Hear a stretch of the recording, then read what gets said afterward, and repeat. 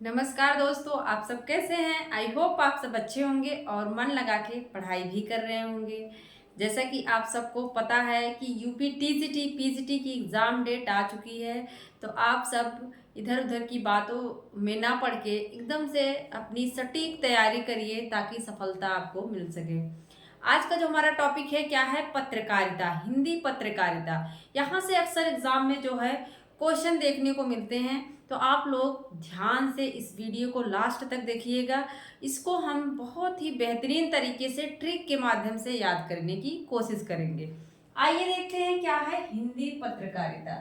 आप सब जानते होंगे, पहला ही पूछता है उदंत मार्तंड। हिंदी का पहला जो हिंदी में पहला पत्र छपा था वो कौन था, उदंत मार्तंड था। और इसका जो है खड़ी बोली में नाम पूछता है। खड़ी बोली में इसका क्या नाम था, मध्य। खड़ी बोली का नाम मध्य देशी भाषा क्या था, मध्य देशी भाषा। जो खड़ी बोली है ना, उसकी जगह पर मध्य देशी भाषा का प्रयोग किया गया था। और यह 30 मई को निकला था। जैसा कि कब, 30 मई 1826 को निकला था। इसीलिए हिंदी पत्रकारिता दिवस अगर पूछे तो हिंदी पत्रकारिता दिवस कब मनाया जाता है, 30 मई को मनाया जाता है। क्यों? क्योंकि उदंत मार्तंड जो है उसी दिन से प्रकाशित होना शुरू हुआ था। तो इसके जो संपादक हैं कौन है, जुगल किशोर हैं। 1826 में संपादित होता है। साप्ताहिक पत्र है और कहाँ से निकलता है, तो जाहिर सी बात है पहले सारी चीजें कहाँ से, कलकत्ता से ही सारी चीजें होती थी। तो कलकत्ता से निकलता है। लेकिन यह पूछता भी है कि कितने साल बाद बंद हो गया, तो यह 1.5 सालों तक, लगभग 1.5 सालों तक ये प्रकाशित हुआ था। उसके बाद ये बंद हो जाता है। काफी देखेंगे कि आप काफी समय तक साप्ताहिक पत्र ही निकलते हैं। एग्जाम में पूछता है कि हिंदी का पहला दैनिक पत्र कौन था, तो पहला दैनिक पत्र समाचार सुधा वर्षण। क्या है, समाचार सुधा वर्षण। अगर दैनिक शब्द लगता है तो दैनिक से याद रख लो कि आप जो है रोज दैनिक में क्या सुनते हो, समाचार सुनते हो। क्या सुनते हो, समाचार। तो आप लोग वैसे नहीं ज्यादातर सुनते, लेकिन जो तैयारी कर रहा है, करंट की तैयारी कर रहा है, तो समाचार वगैरह देखता रहता है। तो समाचार क्या है, रोज देखा जाता है, दैनिक। तो दैनिक अगर पूछे तो आप लोग लगाओगे समाचार सुधा वर्षण। लेकिन हिंदी का पहला पत्र पूछता है तो उदंत मार्तंड है। इसके बाद है बंगदूत। बंगदूत के जो संपादक हैं पूछा जाता है, राजा राम मोहन राय हैं। 1829 ईस्वी में साप्ताहिक पत्र है, कलकत्ता से निकलता है।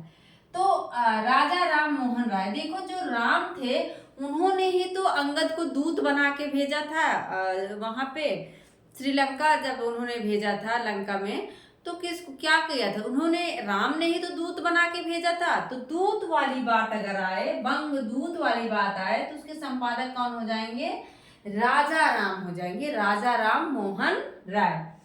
इसके बाद है बनारस अखबार। क्या है, बनारस अखबार है। जैसा कि आप सब जानते हैं कि काशी जो नगरी है वो शिव की नगरी है।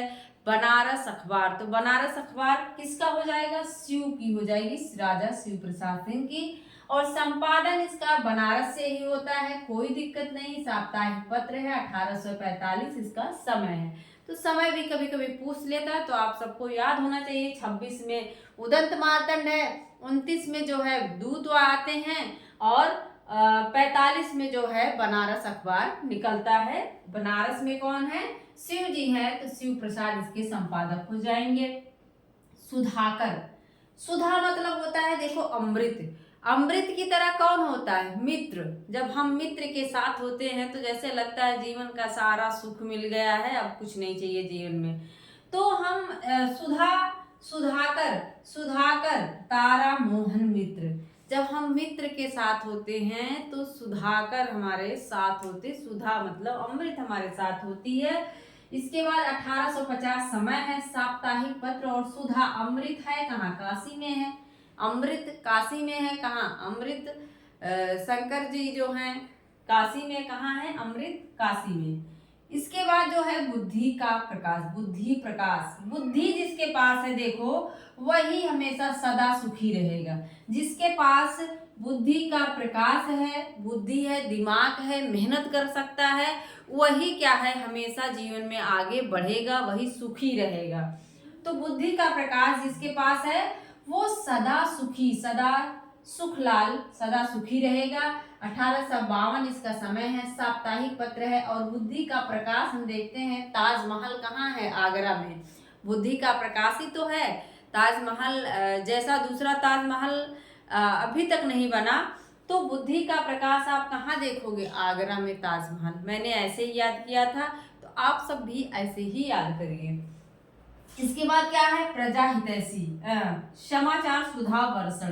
देखो सुधा वर्षण, समाचार सुधा वर्षण, जब वर्षण होने लगता है, वर्षण मतलब वर्षा होने लगती है, तो श्याम सुंदर मतलब कृष्ण ने अपनी उंगलियों पर जो है गोवर्धन पर्वत को उठाया था।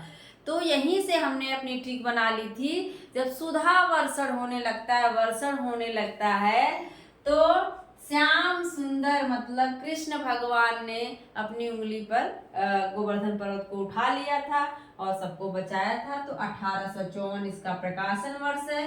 दैनिक हमने बताया कि हम लोग समाचार दैनिक जीवन में देखते हैं, रोज देखते हैं। तो ये दैनिक समाचार पत्र है और कलकत्ता इसका संपादन मतलब स्थान है, कहाँ से संपादित होता था। प्रजा हितैषी, दोस्तों ये सारी चीजें टीजीटी, पीएचडी, एलटी की दृष्टि से बहुत इंपॉर्टेंट है। अब आप लोगों को रिवीजन करने की जरूरत है, क्योंकि डेट आ चुकी है, तो रिवीजन करने की जरूरत है। इस तरह से आप रिवीजन करिए। तो क्या है प्रजा हितैषी, प्रजा का हित कौन करता है, राजा लक्ष्मण सिंह। देखो प्रजा का हित कौन करते हैं, राम भी करते हैं, लेकिन हमें अपनी ट्रिक बनानी है। प्रजा का हित कौन करता है, तो लक्ष्मण करते हैं। तो प्रजा हितैषी किसकी रचना, इसके संपादन कौन हो जाएंगे, राजा लक्ष्मण सिंह। एक मिनट, प्रजा का हित कौन करता है, लक्ष्मण करते हैं। और 1855 इसका समय है, आगरा इसका स्थान देख लीजिए क्या है, आगरा। प्रजा का हित कहाँ होता है, ताजमहल बनवा के हित हुआ या ना हो, लेकिन हित कहाँ हुआ, आगरा में। और बुद्धि का प्रकाश भी कहाँ है, आगरा में है। तो इस तरह से आप लिंक कर लीजिए।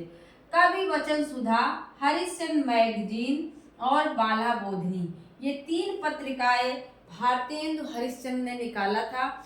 और यहाँ से क्वेश्चन एग्जाम में रहता ही है, चाहे इसका स्थान पूछ ले या इसका जो प्रकार है, बहुत इंपॉर्टेंट है।